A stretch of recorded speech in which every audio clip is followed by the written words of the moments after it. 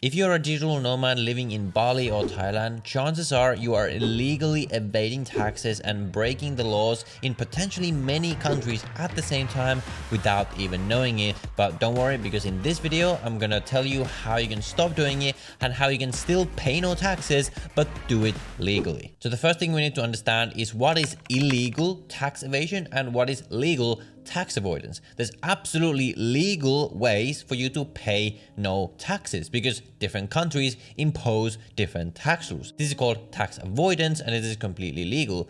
But if you don't follow the rules of the country where you're in and you don't pay taxes according to the rules that they have, you are most likely illegally evading taxes that you are supposed to be paying. So in this video, I'm going to break down exactly how you can know in which countries and how much tax you actually should be paying, and how you can legally reduce your taxes potentially all the way down to zero, which is exactly what I have done personally and what I help people do on this channel. So the concept of where you should be paying taxes is not very well understood by most people, especially most digital nomads who leave their countries to live in Southeast Asia or something like that. Most people basically just go based on, oh, well, my friend is doing this, they're not paying either, so I'm just gonna do what they do. But the thing is, just because your friends are doing something, if your friends are just as clueless as you are when it comes to what you're actually supposed to do, it doesn't mean it's legal. It is certainly true that in a lot of these Southeast Asian countries like Indonesia, Thailand, the tax authorities don't yet really have the sophistication to go after especially foreigners. They don't really have the will to do it either because they're still developing and they have more pressing concerns. So up until now, they've mostly been like, yeah, okay, we probably know it's happening,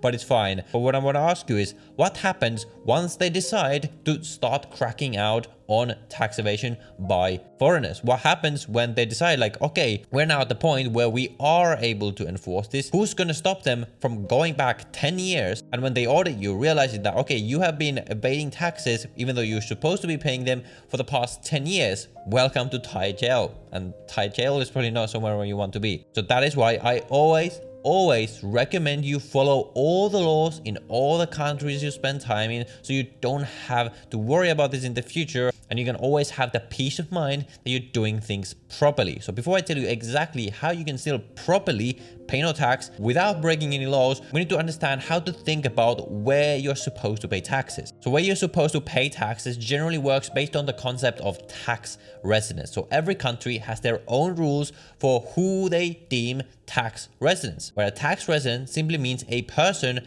on whom they can impose their tax rules. So every country has their own tax rules, their own tax rates on different types of income, different types of exemptions, things like this. But let's say Indonesia has some kind of tax laws. It doesn't suddenly mean that Indonesia can impose those rules on every person in the world. They can only impose those rules on Indonesian tax residents. Tax residence rules in Indonesia, Thailand, most of these Southeast Asian countries and most developing countries in general are based on what is called a days test, which is usually around 6 months. So if you spend more than 6 months in the country in a calendar year, then you are deemed a tax resident. If you spend less than 6 months, you are not deemed a tax resident. But in a lot of other cases, it is not as simple as that. For example, most Western countries have a lot more stringent rules on tax residence. So there's sort of two things you need to keep in mind. Number one, what are the tax residence rules of all the countries that you actually spend time in? Let's say you divide your time between Bali and Thailand or something like that. You need to understand the tax residence rules of both of these countries.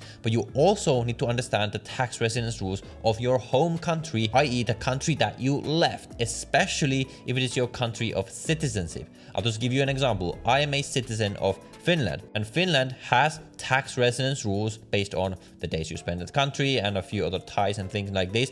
But they also have a rule that if you're a Finnish citizen with certain restrictions, if you leave the country, as in you become a tax non-resident, by default, they will actually keep continuing to deem you a tax resident for 3 years after the day when you leave the country if you hold a Finnish passport. And that is unless you can show them that you essentially have no ties to the country. So what does this mean? If you leave Finland, for example, in my example, you can become tax non-resident. So the crazy Finnish tax rules no longer apply to you on the day when you leave, but that is only if you fill a specific form where you give them specific proof of you basically having no ties to Finland, and only if they then approve that. So most likely a lot of digital nomads, they have just left their Western countries, they have a lot of similar things. They might even have exit taxes and things like this. But if you haven't specifically told your country that you are leaving and you haven't proved to them that you don't have any ties there, they could still deem you a tax resident. And if you don't pay taxes to them, you could unknowingly be breaking the laws of your home country. So not only could you be unknowingly breaking the tax laws of your home country, but also the country that you move to if you haven't properly checked the tax residence rules of both of them. This is why this is very, very important. But now I'm going to tell you a few ways in which you, like myself personally as well, can legally pay no taxes to any country, or at least pay very, very little if you know how to sort of plan your life strategically. There's probably two methods that you can use to pay no taxes. The first method is to have a tax residence in a country that does not impose any taxes. For example, the UAE, where I have my main tax resident. This is the recommended method for most people, and I'll tell you why in a second. But the second method that works in some cases is to be a tax resident of nowhere. So tax resident, like I told you, you need to look at it on a country by country basis. But if there is no country in the world where according to that country's rules, you are a tax resident, well, technically you don't have to pay any tax anywhere, and this can work. But there's a few problems with this. Number one, if you have no tax home anywhere, you might run into a couple of issues. For example, with banking, banks might require you to declare a tax residence. Number two, and that's the biggest issue, is that your home country of citizenship, especially if it is a Western country with their crazy tax policies, because these countries are declining so much, their revenues are going down, they're really, like, essentially these governments are going absolutely broke. They have to try to trap in everyone to the system as much as possible. So a lot of them then have rules where if you don't have a tax residence that you can prove anywhere else, then you are automatically a tax resident of your home country. This is, for example, again, the case in my home country of Finland. When I left Finland to become a non-resident, I had to prove to them with an official certificate that I had a tax residence somewhere else for them to allow me to exit the tax net of Finland. And this may or may not be the case in your country, but again, you need to check the rules. And number three, there are certain cases, like let's say you have a YouTube channel like I do. Google AdSense actually will ask you and they will want you to provide a tax residence. And if you don't do that, then it can still work, but they're going to withhold like 30% of your revenue and things like this. And again, I have more details in other videos.